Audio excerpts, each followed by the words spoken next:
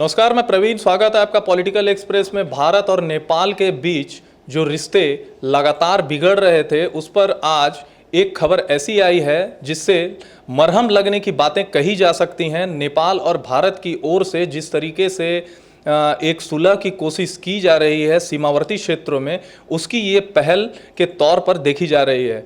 मामला बिहार के मोतिहारी जिले से आ रहा है, जहां पर से हमारे संवाददाता प्रशांत कुमार ने एक रिपोर्ट भेजी है, जहां नेपाल के गुआवारी बांध में सर्वेक्षण का दौर शुरू हुआ है भारतीय पदाधिकारियों और नेपाली पदाधिकारियों के बीच। हम आपको बता दें कि मोतिहारी में मौजूद ये बांध लगातार बाढ़ का कारण बनता जा रहा था। नेपाल की ओर से इस पर कार्य प्रतिबंध लगाया जा रहा था और जिस वजह से बांध का कार्य रुका पड़ा था। अब जिस तरीके से दोनों देशों के अधिकारियों की ये जो सर्वेक्षण बैठक हो रही है और सर्वेक्षण किया जा रहा है, इसके बाद से ऐसे कयास लग रहे हैं कि मोतिहारी में बांध का जो ये संकट है, उसके साथ साथ बाढ़ का जो संकट गहराता जा रहा है, उस पर भी कोई ना कोई अच्छी पहल होती नजर आएगी। तो देखें हमारे संवाददाता प्रशांत कुमार की ये रिपोर्ट।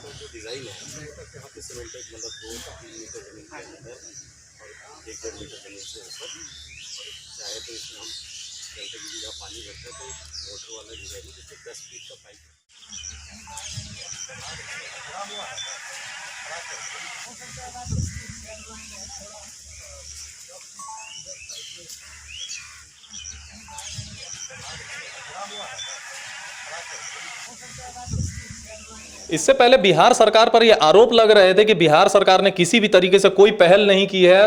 मानसून के दौरान लगातार बाढ़ का खतरा बढ़ता जा रहा है, कई गांवों में बारिश का पानी घुस चुका है, लेकिन आरोप के तहत बिहार सरकार पर यह चल रहा था कि वो नेपाल से किसी भी तरीके की पहल नहीं कर रही है, तो इसे एक अच्छी पहल के तौर पर देखा जा सकता है। तो वहीं सीमावर्ती क्षेत्रों में सुरक्षा बलों के बीच भी किसी न किसी तौर पर तनातनी बढ़ गई थी।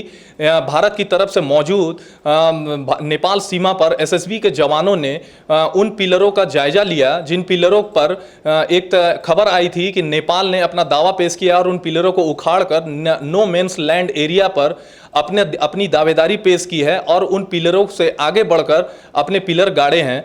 आज एसएसबी ने उसका भी निरीक्षण किया है और उन पिलरों की सर्वेक्षण के दौरान उस पर सुधार किया है। हालांकि एसएसबी की ओर से ये कहा जा रहा है कि इन पिलरों का जो सर्वेक्षण है और निरीक्षण का जो कार्य है वो लगातार चलता रहता है। अब देखना यह है कि आगे सुरक्षात्मक तौर पर किस तरीके से भारत और नेपाल के बीच एक समझौता का दौर बनता है, क्योंकि काफ़ी लंबे समय से चीन से लगातार गतिरोध के बाद नेपाल भी भारत के सामने एक समस्या उत्पन्न कर रहा था, जिसके वजह से नेपाल में भी राजनीतिक गतिरोध का दौर शुरू हुआ था और इस दौर की वजह से वहां की सरकार भी किसी न किसी तौर पर गिरने की कगार पर आ चुकी है। अब देखना यह है कि एक अच्छी पहल के तहत किस तरीके से दोनों देशों के बीच समझौता हो पाता है और गुआवारी बांध पर समझौता होने के बाद नो मैंस लैंड एरिया का भी निर्धारण हो जाएगा, जिसके बाद से एक तरीके से मोतिहारी क्षेत्र में जारी गतिरोध समाप्त होने की संभावना है।